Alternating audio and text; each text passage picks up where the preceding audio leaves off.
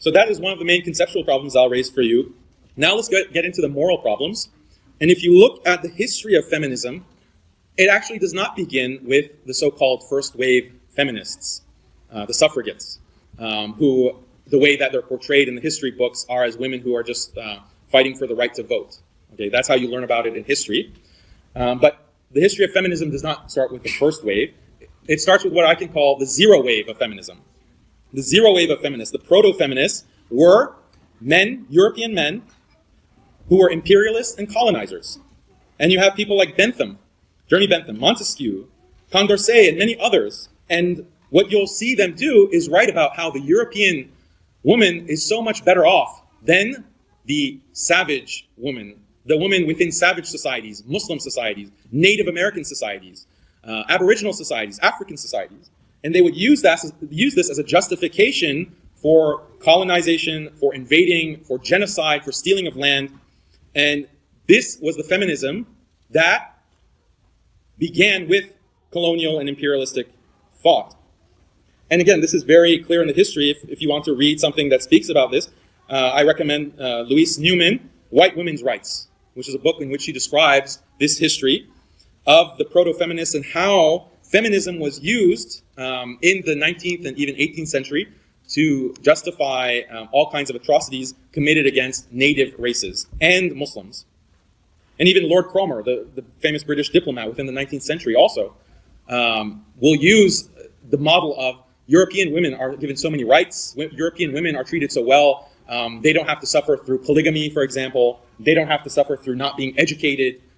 These kinds of caricatures were used by the early feminists to justify the occupation and colonialization of the Muslim world in Egypt, North Africa, the subcontinent, Turkey, and elsewhere.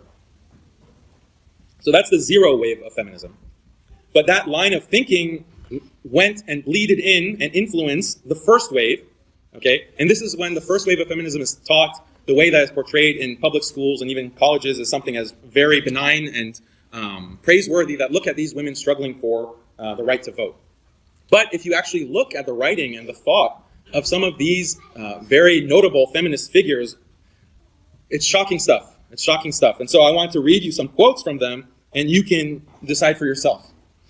One of the most famous, Elizabeth Cady Stanton, says, "What will we and our daughters suffer if these degraded black men are allowed to have the rights that would make them even worse than our Saxon fathers?"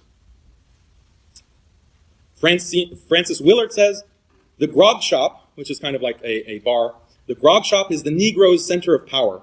Better whiskey and more of it is the great rallying cry of great dark-faced mobs. The colored race multiplies like the locusts of Egypt. The grog shop is its center of power. The safety of women, of childhood, the home is menaced in 1,000 localities at this moment so that men dare not go beyond the sight of their own roof tree." Very famous, Susan B. Anthony. Susan B. Anthony, I'm sure you've heard of her in grade school and maybe college.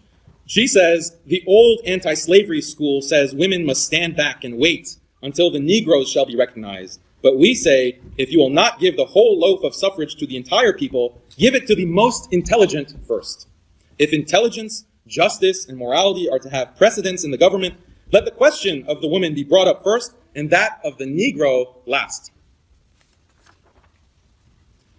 And finally, Rebecca Ann Felton, a leading women's suffrage advocate, says, "I do not want to see a Negro man walk to the polls and vote on who should handle my tax money, while I myself cannot vote at all.